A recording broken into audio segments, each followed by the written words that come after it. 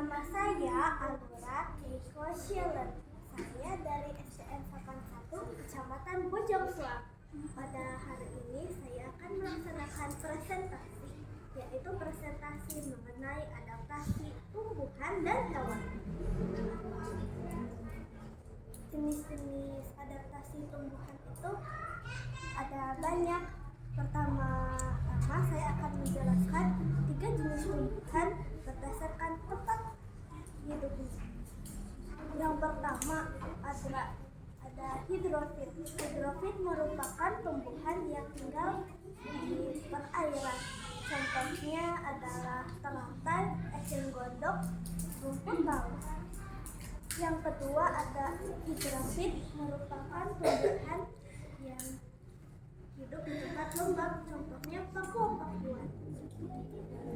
Dan yang ketiga, yang terakhir ada tumbuhan yang namanya xerophyll. Xerophyll ini merupakan tumbuhan yang hidupnya di tempat-tempat yang kering, contohnya kaktus. Saya akan menyebutkan ciri-ciri tumbuhan itu. Kalau hidrofit memiliki batang yang berongga untuk menyerap oksigen, lalu daun yang lebar agar penguapan terjadi secara cepat. Lalu yang hidrofit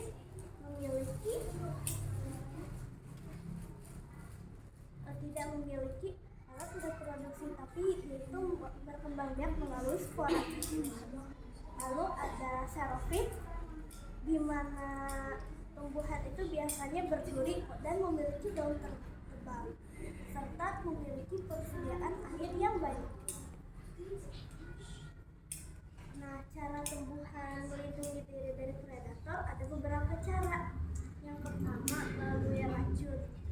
Contohnya adalah jarak. Yang kedua, melalui duri.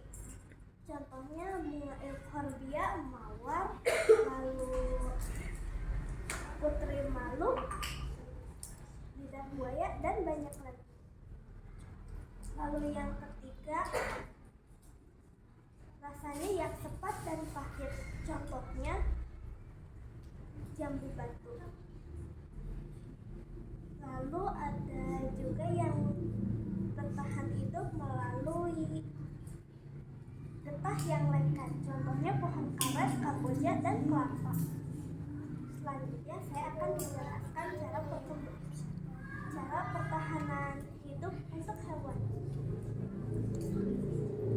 Pada burung, cara bertahan hidupnya dengan menyesuaikan diri dengan makanannya. Burung yang memakan ikan biasanya memiliki kantong kecil di paruhnya, contohnya ada burung pelatuk.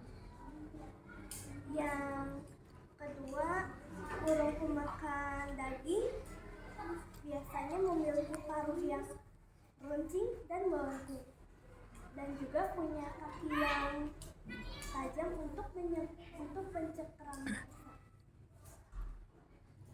Lalu ada juga yang namanya burung pelatuk. Burung pelatuk ini memiliki paruh yang tajam untuk mematuhi pohon sehingga berlubang dan mencari makanannya di dalam pohon itu. Makanannya adalah lava.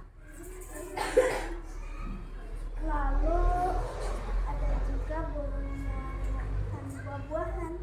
Biasanya burung yang makan buah-buahan itu lebih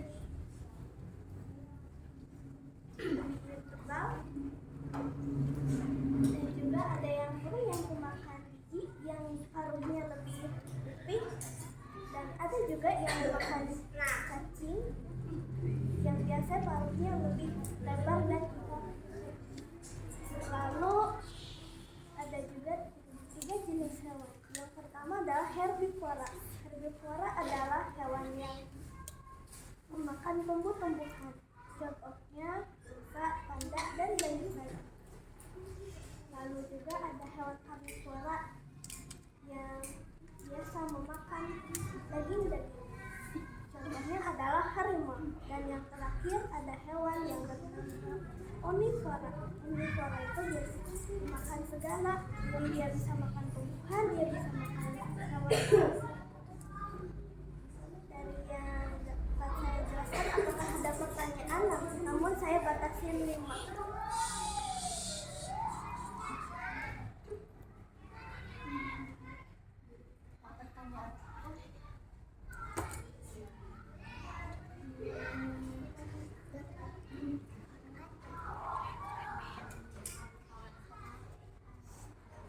Apakah ada cara lain untuk tumbuhan melindungi diri dari yang selain yang tadi Anda sebutkan? Yang cara lain tumbuhan melindungi diri bisa dibantu oleh hewan-hewan lain. Namun saya lupa tumbuhan apa, yang intinya tumbuhan itu sering dikerumuni semut, sehingga jika ada predator yang ingin mengancamnya, semut-semut itu akan melindungi. Selain contoh yang kamu sebutkan tadi, apalagi hewan-hewan Hewan-hewan contohnya adalah beruang, lalu ada juga cicak. Di luar konteks yang tumbuhan bisa melindungi diri ya, kan hewan juga ada yang bisa melindungi diri. Ada yang namanya hewan beracun. Menurut kamu konteks itu benar atau tidak kalimatnya? Dan yang benar itu beracun atau berbisa? Lalu mengapa? Alasan? Ada yang hewan yang beracun, contohnya adalah kodok emas. Kodok emas itu memiliki racun pada lendirnya. Lalu juga ada ulat yang tiap bulunya itu seperti jarum-jarum kecil yang bisa menyuntikkan racun. Kemudian yang berbisa itu contohnya adalah ular. Tapi kalau ular itu kadang disebut bisa, kadang disebut racun. Jadi menurut kamu itu berbeda atau sama? Saya belum meneliti. Sudah? Sekian presentasi dari saya. Maaf bila ada kata-kata yang salah atau kurang berkenan di hati kalian. Terima kasih. sama-sama.